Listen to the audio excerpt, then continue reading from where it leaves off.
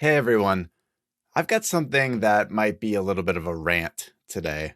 So, if you're at all in the business world, or frankly, any sort of organization across the globe, imposter syndrome is a major topic.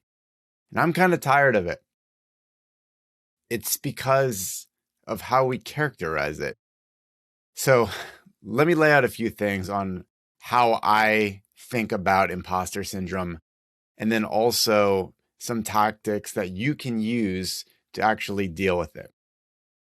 All right, let's get started. How to think about it. First, stop calling it a syndrome, okay? It implies that we're sick or abnormal. Syndrome indicates that. We would all be sick and abnormal if we took this definition to heart. Don't think of it that way. We have to understand that feeling like an imposter is merely part of the human condition. We are wired for that. We are bred for safety and security. From thousands and thousands of years ago, engaging something new was fearful. We were scared of it. We felt like imposters even back then, whether it was hunting prey or engaging someone in another tribe. That also felt like imposter syndrome to those people. So I'd rather characterize it differently. Rather than calling it imposter syndrome, I like a term that a lot of the psychological research is bringing up. It's called imposterism. Think about it this way. We all have imposterism. We are all human, so we're all experiencing it. It's a unifying trait of being a human being. And instead of letting it be something as a hindrance, oh, I have imposter syndrome, I can't be a leader in this organization, or I can't take this leap and, talk to someone or start a new business. I feel like an imposter and they're going to find me out. No, they won't.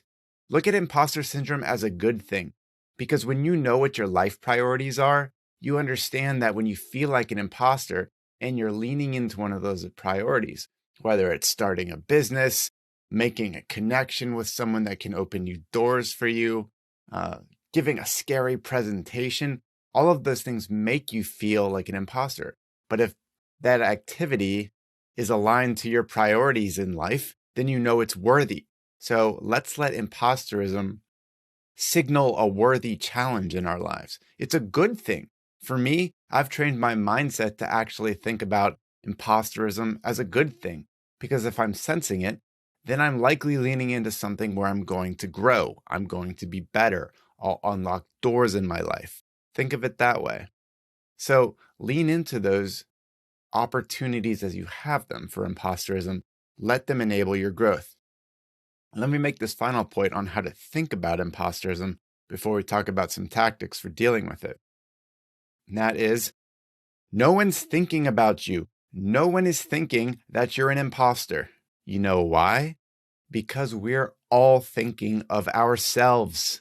Think about it. Do you actually look at others and think, oh, they're an imposter? They're not able to handle that task. They're punching above their weight. They shouldn't be. They're unqualified. No, you hardly ever think about others being imposters. So why would they think about you being an imposter? In psychology, they call this the spotlight effect, where you think that everyone's training the spotlight on you and everyone is analyzing you, critiquing your every move, judging you. But no, remember, that light that we each own is shining on ourselves. We're overanalyzing ourselves. Everyone has shown their own light on themselves. And when you think about that, take comfort in it. Honestly, it's something that you can be put at ease by. Think about that we're all just thinking about ourselves, not judging others for being imposters. All right. So that's part one. Think about imposterism not as a syndrome. It's a part of the human condition. It's something that, if it's geared towards a worthy challenge, can signal growth in your life. And frankly, no one's thinking about you being an imposter, just you. So let that put you at ease. Part two. So yes, I get that we are all dealing with that imposterism feeling. It comes up all the time. So we have to process through it. The way I've done it for myself and how I help my coaching clients is I like to implement a few things. Number one is, first and foremost, take a lesson from Stoicism. Focus on what you can control. In Stoicism, we talk about the trichotomy of control: what you can control, what you can't control, and then what you can influence. Everything in life falls into one of those three buckets, and there are only so many things that you can actually control. So keep that in mind and let that be the place where you focus your time. Number two, monitor and externalize your internal dialogue. Think of all the crazy stories, the realities that you've brought into your own mind and that you've accepted as truth. It drives you crazy, but in reality, most of those things aren't true.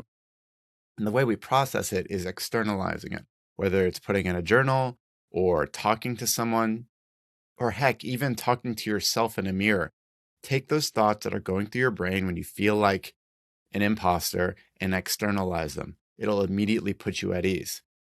That leads me to my third point, which is about separating feelings and facts. As you go through externalizing these things, you'll realize that the great majority of what you're experiencing are subjective, artificial feelings and not actual facts that you can back up. When you separate things into those two buckets, you can start to put yourself at ease that there are only a few facts to be known, and there's a lot that you can actually act upon when you separate those two.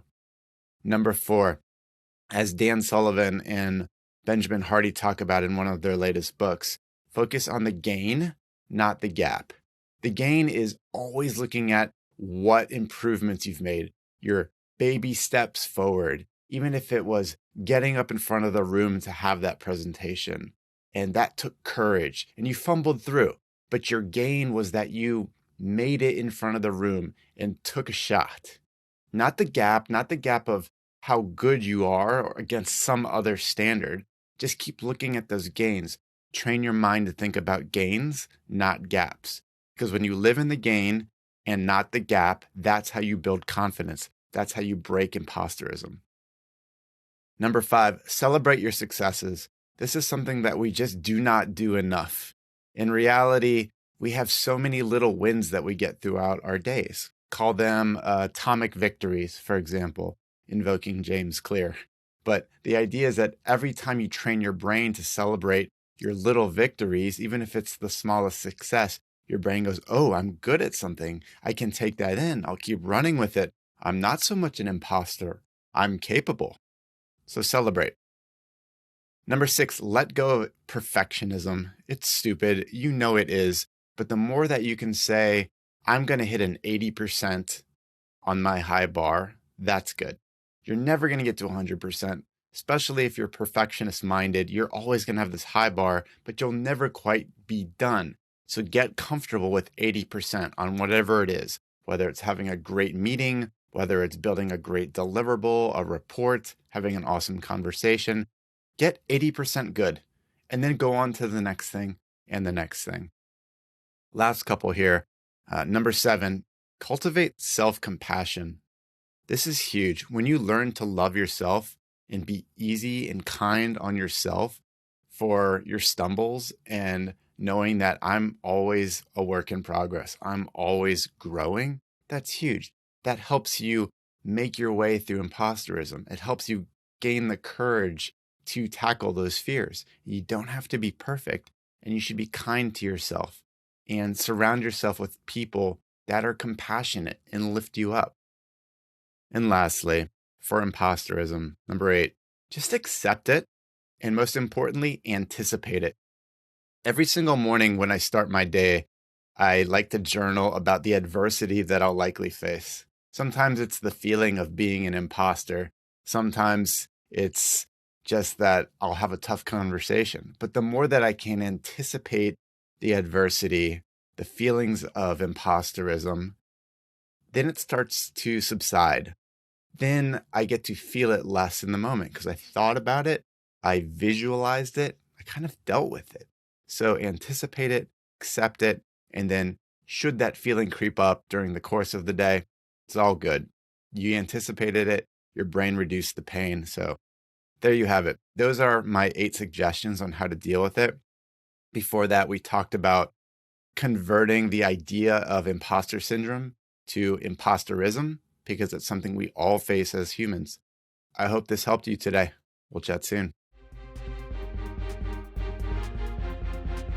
This is your host, Matthew Doan. Thank you for listening to the Rising Digital Leaders Show. Again, my mission is to help you elevate your career as a digital leader and live a thriving life. I hope this episode sparks new thinking and helps you take meaningful action in your world. If you enjoyed the experience, I'd be so grateful if you subscribed and left a 5-star review. That's it for now. Until next time, my friends, stay virtuous.